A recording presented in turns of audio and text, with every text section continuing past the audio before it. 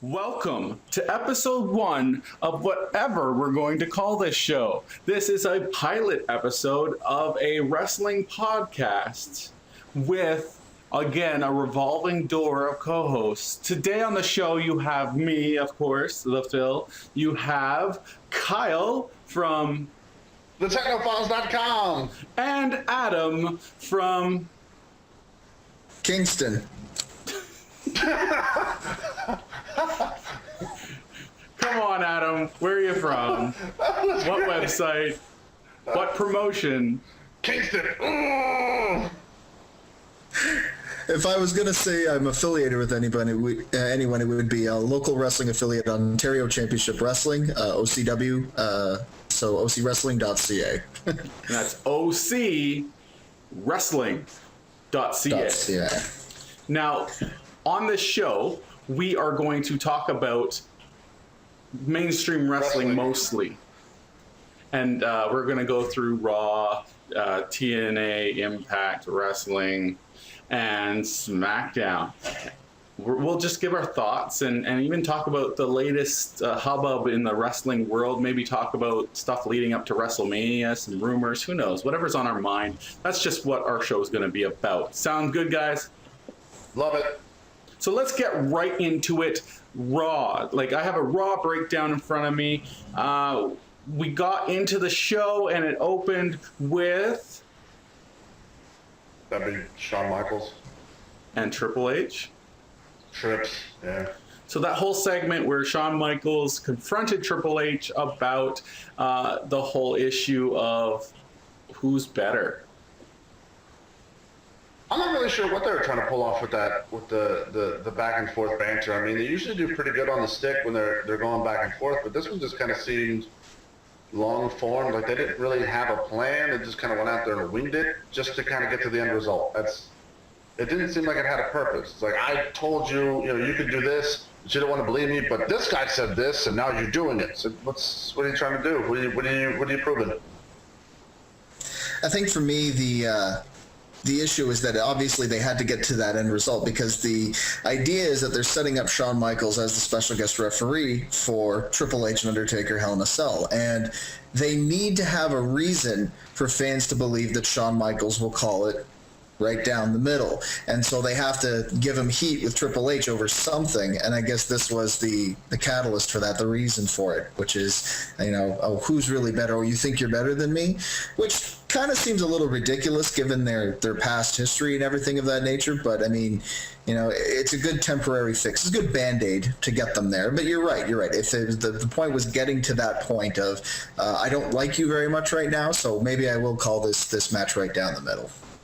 So I like how I thought I was going to hate this whole storyline because Triple H and Undertaker again really, it got a lot of criticism last year. I'm not seeing nearly as much criticism this year. It's the third in the series of these two guys, and Triple H already lost twice. What are your thoughts on them bringing it up again? Beating a dead horse. I really don't think they had anybody for Undertaker, and they felt, all right, we'll just throw Triple H in there. He's good. So that's how I see it. I think that the idea that there not being anybody for Taker is a little ridiculous, to be honest with you. I mean, I think I could think of several guys off the top of my head I would love to see Taker, would have loved to have seen Taker clash with for the last couple of years, for that matter. I don't know the reasoning behind it other than maybe the fact that Triple H was like, well, I've only got a couple good matches left for Taker, and I'd like them to be against me, maybe. I don't know what the issue is. But the fact of the matter is that a lot of people were critical of having this match booked last year, but it was an incredible match. It was very entertaining. It was dramatic. It was captivating. I mean, it's really can't be denied. It was definitely one of the best matches of last year. So, going to bat again with it, really, it's kind of a no-brainer, especially when you think about how much this year's WrestleMania is relying on nostalgia. To have two nostalgic acts from the Attitude Era go head-to-head in a match that was invented in that era to kind of put a cap on it. And again, if it works once, well, then twice must be even better. And then you throw Shawn Michaels in the mix, another nostalgia act, so that's the way I look at it. Well, who would you like to see in Taker fight?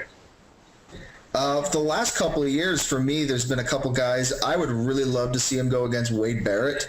I think that those two would have a really fantastic match. Not only that, but it makes a lot of sense if you look storyline-wise. They had the whole thing where, the Nexus helped Kane bury The Undertaker the last time, and that was never explained. I would have paid top dollar to see Taker take on Sheamus. I think that would have been a fantastic match. And, of course, there's the big money match for me personally, which they've never pulled the trigger on, and they talked about it for a while, but they never did, which is Taker and Cena. I mean, Cena's their big top, babyface player. You put him against the Streak at Mania. I think that would have been a little more intriguing.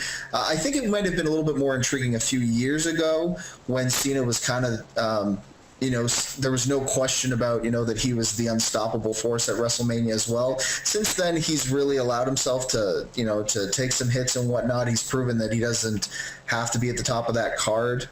So I think that match might be a little bit less appealing these days. But if I had to put him against anybody, I think my top pick would have been Sheamus. I think I would have loved to see those two go at it. I'm surprised you didn't go with CM Punk. Punk is definitely another choice that would have been pretty awesome. It's just that if it's just based on a personal thing, not who I think would put out the best match between the two of them. It's funny, Phil, I don't know if you met Jeff, my brother Jeff the ref, but he had an interesting idea, and he said that he would have liked to have seen Daniel Bryan take on The Undertaker. And the reason he said that, or the story that he came up with for that, would have been the idea of Daniel Bryan blowing his Money in the Bank shot, and then from there saying, well, if I can't be in the World Championship match at Mania, the next thing I need to do is go after the Taker, because that's the next big match after the world title. That'd be a good idea. And I've been really interested to see how those two matched up in terms of the difference in style, obviously. It looks like they really wanted to do something it looks like Triple H really wanted to have another match with Undertaker, put it all on the table there. And they thought to themselves, well, another match wouldn't be enough. So they not only did the Hell in a Cell thing, which really isn't needed, to be honest, really didn't need to happen. But they could have just left it with Shawn Michaels as the special referee, and that would have been enough to entice people, honestly. The Hell in a Cell just seems like it's an add-on that most people really, usually not overlooking, but a lot of people are overlooking. Well, the best part about that with the Hell in a Cell is that this year's in an open stadium. So wow, I'm getting dizzy with that. Oh. What are you doing, man? So like I said, it's an open stadium. So where are they going to bring the cell from? Are they going to dangle it down? How are they going to do it? That's my big question, is you have this big structure that needs to be built, but it needs to be built at the beginning so it just comes down and the flow of the show goes. It's going to kill the show unless it starts the show and then they can get rid of it, or it ends the show. If it's in the middle, it's going to be a killer. Supposedly, this structure is going to be assembled part by part from rumors, whatever that means. You never know, but there's two things that are being talked about, and one is the assembling of a special redesigned Hell in a Cell for this, and two, building an actual huge structure above the ring that can hold that weight to bring down the Hell in a Cell. But that would be an insane structure to be able to do that. WWE need to do it. Well, I mean, in the past when we've seen the Fed go to the open stadiums for Mania, they've oftentimes had a lot of multiple pillars and different just set pieces that were either there for show or there to accommodate things such as lighting and whatnot. I think that it wouldn't be that difficult for their team to come up with something. That or the ridiculous one that I heard that I really liked was a helicopter. Yeah, just bring a helicopter and just fly that sucker down there and just drop it. That's really the most logical way to go. Hope nothing goes wrong. Okay, first of all, that cell has so much little clearance to the rail that you'd have so many problems with that idea. It would be an amazing idea for like promotion and like, oh, that would get in the news the next day, no problem. But you'd have too many issues with clearance of people. They would never do that, unfortunately. Well, I did state that the idea was ridiculous. He did say that. Well, it's not that really ridiculous. When it comes to a person, they can do it. Sting. Oh, I hate that stupid rappel from the rope thing. That was so dumb. Let's not go into the territory of the other person. So, Ooh, sorry, touching the nerve. we're actually gonna let's change this up. We're actually gonna change this whole thing up and say, what's another topic in the WWE world that you want to address? Like that's happened over the past week. Let's say, I'm tired of the GMs. I'm tired of the dueling GMs. That's a bit of a redundant thing. It's like either pick one or do whatever. Because you've had Teddy Long, the general manager of SmackDown, for years, and nothing's been a problem. And now they had the revolving doors of the Raw GMs. Just like William Regal's was he the matchmaker of NXT? You watch NXT, I don't.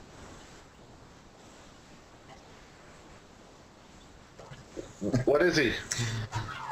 When it comes to that, I'm actually I'm pretty sure he's the general manager of NXT, but I completely disagree on the dueling GMs. I love that story. I think it's going to allow for a lot more talent to get a spot on the Mania card in what I'm hoping will be a big 8-man tag or 10-man tag for control of both shows. And not only that, but come on, man, Super Ace. He is entertaining as hell. He is one of the funniest people on the show. And I mean, I love seeing him banter back and forth with Peanut Head there on SmackDown. I think he's great. I think it's a fantastic story. Yeah, my hemorrhoids are just as entertaining as Super Ace. But no, I'm talking about the storyline in general, the dueling general managers. It's been done before. It's not the first time. It's not going to be the last time. Just, I don't know if John Laurinaitis has blackmailing on Vince McMahon where he wants TV time, or they're just like, look, we can make anybody a star. Oh, I think it comes from the CM Punk thing. Like, I think they had a original idea that they were hoping to go for CM Punk versus Johnny at WrestleMania as like a culmination of everything that happened. I know you guys are looking at me funny, but a culmination of everything, or at least have John, at least have him be in the corner of someone. And then have, if CM Punk wins, they wrestle. Oh, good. Another gimmick match. That's fantastic. But another one we need at WrestleMania. Worked because they had a huge following with their storyline. Their storyline was entertaining, at least in my opinion. Like, I wanted to see what CM Punk would do next to John Laurinaitis. If they would have kept it campy and fun, like CM Punk's usually doing with his promos and various other things like he's done in Ring of Honor, then I could see it going far. But they, again, WWE dropping the ball on a good storyline and just kind of pushing it out real quick just to get the next one going. Like, all right, this could be fun for a couple weeks, but now we got to start transitioning into Royal Rumble. So we got to dump this. We have this option of Jericho, so let's just go with this. Which will work. Don't get me wrong. It's an awesome. It's Jericho versus CM Punk is going to be great. It's going to steal the show in some ways, but yeah, it's just the going back to the dueling managers thing. It's the only reason it's there is like Adam said, it's going to be a big tag team match so that they can get more talent on WrestleMania. And probably 4 or 5 guys, probably 5 on each side. So they have that match, and whoever wins. Then he runs both SmackDown and Raw. But then what happens to the other guy? He's going to want retribution. So then it's going to keep going on, and then it's going to be another match later on. It just, there doesn't seem like a definite ending. Well, I think, one thing that was someone had brought up and suggested is that of the two, it's probably more likely that Laurinaitis would get control because it's always better to have a heel in an authority position to screw over the faces. And that being said, Long has himself a lot of experience as a manager, both in the NWA, WCW, and in the WWE. Now, personally, I think, his talents as a speaker could probably be put to good use doing something like that. I mean, look at a guy like Ezekiel Jackson. Like, I mean, he could use a mouthpiece. Justin Gabriel's another guy who could really use a mouthpiece if needed, So something like that might actually be good for the others. Or, Johnny Ace isn't there as on-air talent primarily. I mean, he says it every week, right? He's the executive vice president of talent relations. So they could just decide, once Long gets a hold of this, just to write him out of it. And if not, then again, you're not going to hear me complaining, because I say give me more Johnny Ace. I think that guy's he's funny as fuck. Yeah, I wouldn't be surprised if the end result is the winner or the loser of the two teams, the general manager who is the head of that team is gone, like has to retire from that show, or one general manager takes over both shows. But I still see, like, the next day on Raw it being changed up, and it's saying like Theodore Long is back on SmackDown, because he's I don't see him leaving SmackDown. He's accepted as the general manager. He's a staple of SmackDown. But I can see Laurinaitis going away, like you said, Adam, and going back to his role and not being on TV for a while, even though, let's be honest, Laurinaitis might be boring, but he's getting the booze that as much as like Vicky's had gotten in the past, and it's surprising that, going on another tangent here, it's surprising that they do not keep up with these opportunities, like Vicky Guerrero. Now, I know she was being used to help other talent get a mouthpiece. I understand that, but she's been lost in the shuffle again. I know she can come back at any point, but she's been lost in the shuffle. No one cares. Laurinaitis gets a shit ton of booze. I'm sure he'll be lost in the shuffle again too.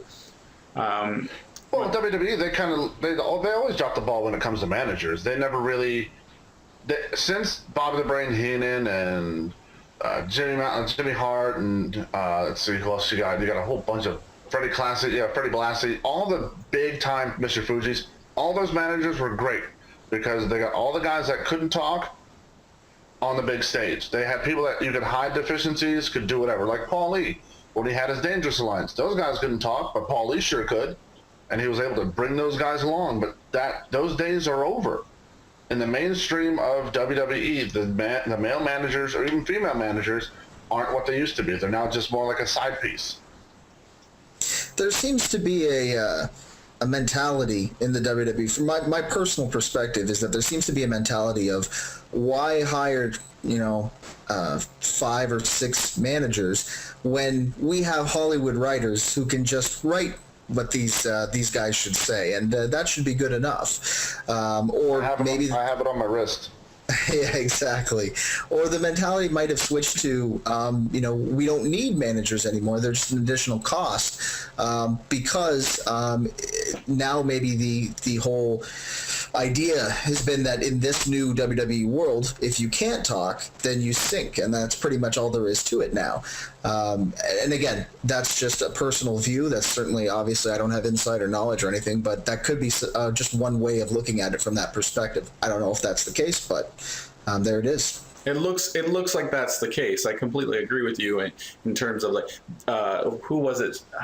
It wasn't Tommy Dreamer. Someone with WWE was saying that when you have the first thing that they look for is the look, and then they tell you to come in, and when you're doing like a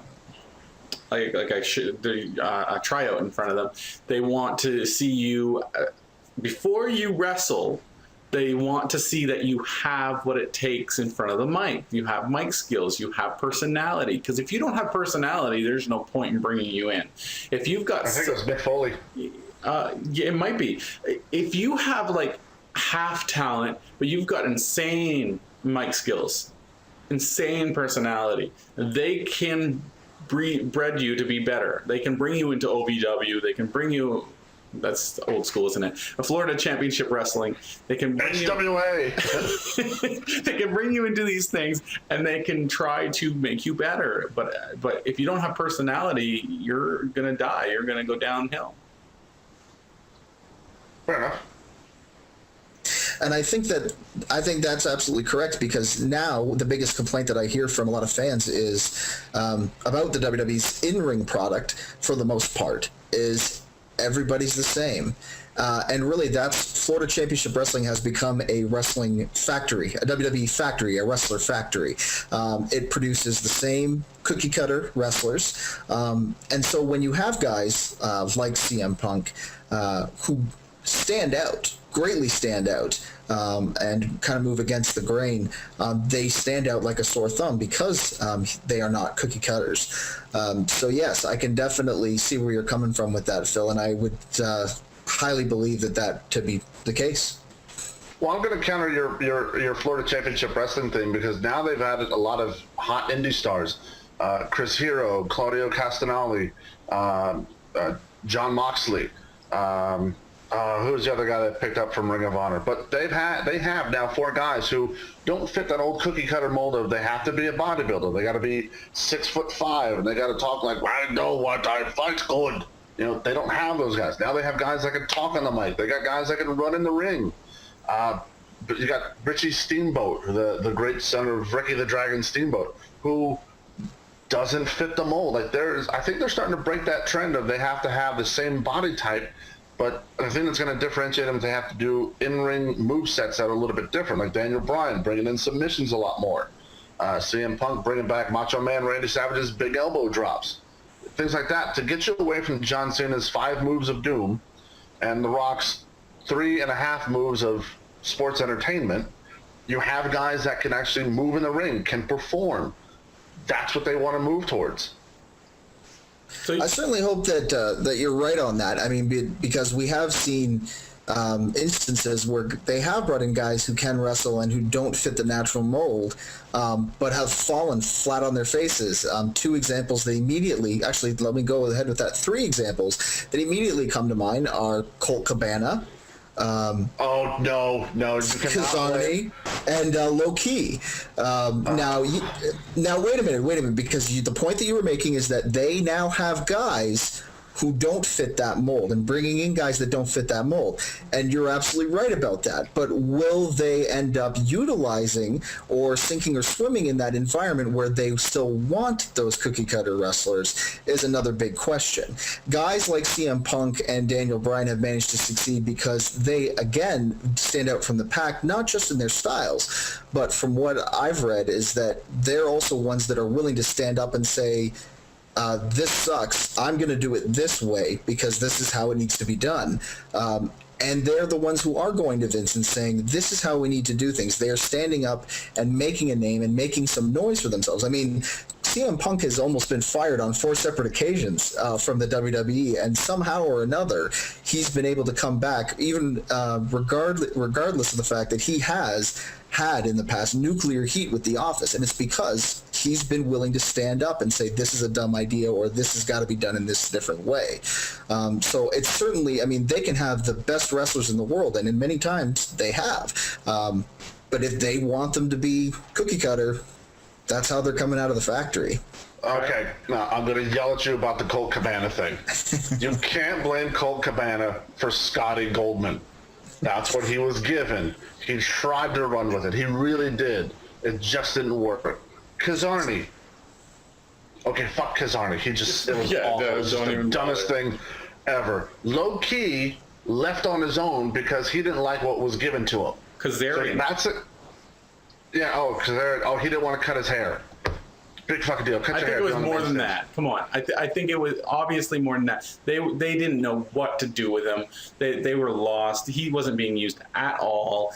Creative wasn't coming up with anything for him. And when like I think he just had enough and he just needed something to say, okay, I've had enough. And the hair thing was just that one little thing to bring it over the top to tell him to go, screw this. I think WWE doesn't know how to handle the smaller guys. Like Rey Mysterio is one of those rare occurrences where they figured something out for him to do. Like Rey Mysterio is completely different because he has a mask. Really? Yes. WCW. Anyway. Didn't have a mask then. But he has a mask and he can talk. He's okay. He's flamboyant. If you have all these Japanese wrestlers, you have all these cruiserweights from WCW's past, who could talk? Well, Hoovy? Jericho, like Hoovy was Jericho was a cruiserweight. Jericho was a cruiserweight. Okay, but I mean like the masked ones. Well, none of them, because they're all Mexican. You had Juventud Guerrero, Psychosis, La Parca, who I don't know how he was a cruiserweight. So on the plus side, it was like the Phil side. Are you doubting the juice? Yes, I'm doubting the naked juice. I love Hoovy, don't get me wrong. But when it comes to Hoovy, if he wouldn't have been so messed up on his demons, I think he would have done a lot better. Yeah. Alex Wright, look at that guy. What about that guy was great. He was German and fantastic. But still, it all comes down, you have the talent, they just don't know how to use it properly. That's their problem. Like CM Punk, they just kind of, he started with ECW. Paul Heyman knew what to do with him. Paul Heyman built him. Paul Heyman put him on the stage and go, this is how you use him. There you go, run with it. That didn't happen with Colt Cabana. But you can see Colt Cabana out on the independent scene. He's doing big. His podcasts are big. He is a big name. In terms, he's like Zack Ryder big on the internet popularity scale. I think he's a little bit more. But on the YouTube scale, he's like right there. But WWE doesn't know what to do with him. So they had to get rid of him. Well, let's be honest here. Let's look at the trend here. When a guy comes in from having a huge following in the indies or a huge following in, let's even say TNA, they are so stubborn about creating their own product that they want to re-establish a character for this person, and that's where it goes wrong. Because just like CM Punk, CM Punk is a little different story because he kind of came in as his character, but just like some other wrestlers, when they finally get to be themselves in that projected level, or when they shed that stupid storyline that they were given at the time, that completely different from the indies, when they embrace well, that works, but we'll talk about that another time. When they embrace what made them popular, that's when they get popular again. I've been telling it's time. For me, I gotta go. You have to leave? Yeah, I gotta go. I told you by 4:50 I gotta get out of here. That's all right. Well, we're gonna wrap it up then. Actually, I think this is what we're gonna go for the concept of the show from now on. We'll bring in a couple topics from the past week. We'll discuss them in we'll just have a debate. That works. We're gonna talk about bad gimmicks. Bad what? Bad gimmicks. Yeah, bad gimmicks, just over time or currently. That'll be an interesting conversation because a lot of gimmicks that people consider bad, I love. So that'll be an interesting conversation for sure. I shudder to think. What do you think is a good gimmick? I mean, again, you also have to understand, I'm not saying what is necessarily good or bad. I just know what I like.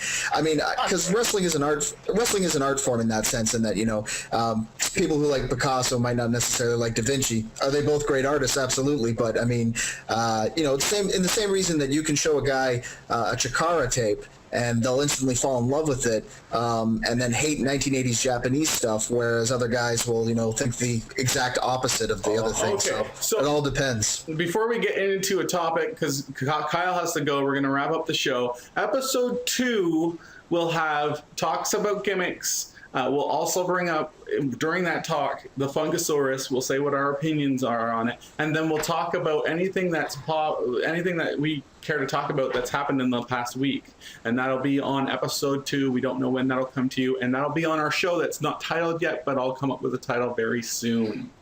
This is a great thing. Like, we don't know when it's coming. We don't know what it's called, but just watch us. It'll be great. And we don't know if we'll have the same co-host. I might fire someone. I might have a match with them with 5 guys taking on 5 guys, and hopefully it'll be in a ring. Oh, I'm ready for a gimmick. Oh, let's go Battle Royal. Or as All you right. Canadians Well, would say, a thank you. Battle Royale.